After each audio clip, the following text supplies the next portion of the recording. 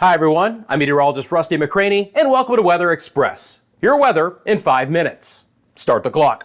Friends, we have a round of showers and storms rolling through the southeast right now. It's going to bring the opportunity for some severe weather and some very heavy rain.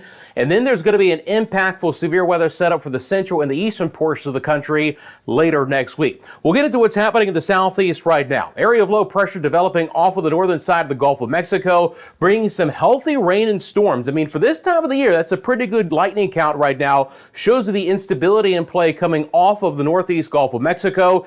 You can almost clearly see where the warm front is right now, with temperatures along the Gulf Coast in the upper 60s to lower 70s, like Panama City, Port St. Joe. You go north of the warm front into southeast Alabama and Georgia, and temperatures are only in the 40s and 50s, but even in those areas, still a pretty good amount of lightning at the hour. We're going to see the opportunity again for some stronger to severe storms. There is a marginal risk here from the Storm Prediction Center, which goes all the way down the west coast of Florida to the Tampa area, and then as far east near Daytona Beach, Jacksonville towards Brunswick, Georgia. So these are the areas that could still see some strong to severe storms.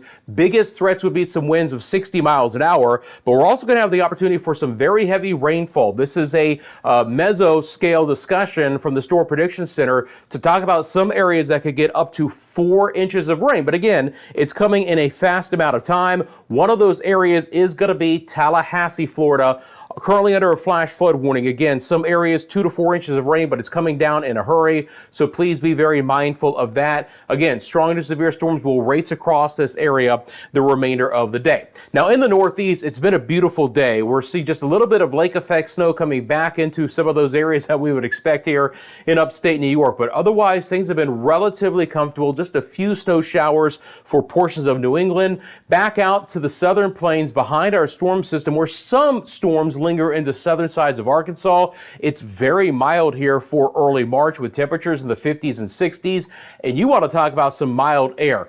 Into the Dakotas and the western Great Lakes, temperatures right now in the 50s and 60s as well. That's one story. The other big story is the wind. Of course, March just always had a lot of wind in it, regardless of kind of where you are in the country. 40, 50 mile an hour gusts from time to time. That's going to be a big story in this area over the next 24 to 36 hours. Still have some gusty winds along the west coast of the country as well. A little bit of rain and snow trying to move back into Washington State, obviously near the coastline in I-5 for Tacoma, Seattle. It's going to be some rain. It will turn into some higher elevation snow in some of the peaks there, and then you get back into the Olympic range as well. This system is not going to have as much of an impact as the last couple, but still that opportunity will exist over the next 2 days or so. Looking at the advisories out of this, again, you're going to get small craft advisories along the coast. There's your winter weather advisories, again, for portions of the northern sides of Washington State. Then all of the central U.S. This is going to be all the wind warnings, high wind warnings. And again, some of these winds could be 40 to 65 miles an hour. The red flag warnings are very low humidity values as well. So that aids in the opportunity to unfortunately have some wildfire threat to go along things. So let's see how this plays out on the models. And while I'm loading that up, thank you so much for liking this video. Thank you for subscribing to Weather Express. And thank you for those who have actually shared this channel with your family and friends and other groups as well. So this storm system will race across the southeast in the next couple of days. You can see that spin moving off the Georgia, South Carolina coastline. This is just going to be some good, healthy rain with some embedded storms. Again, an isolated severe threat is not out of the question, but it's not a big threat out of this.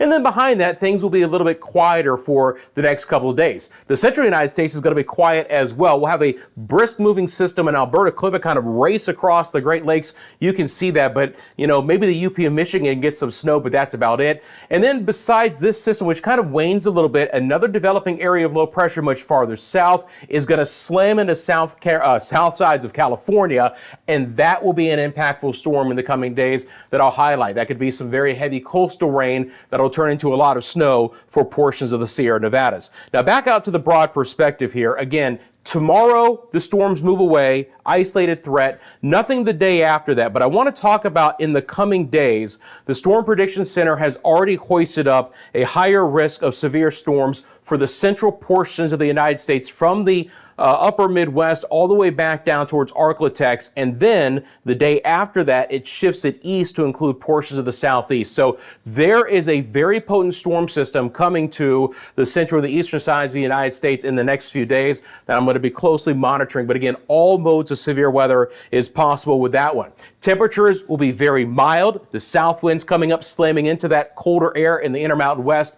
Very, very hot in the east, very cool out west. So as that storm system moves into the mountains, we could see again a couple of areas with more than a foot of snow. So after a reprieve, we're going to get a couple of active days coming up shortly. Friends, I appreciate you guys. Again, thank you for liking and subscribing to Weather Express. Have a great rest of your day, and I am back tomorrow with your latest 5-minute forecast.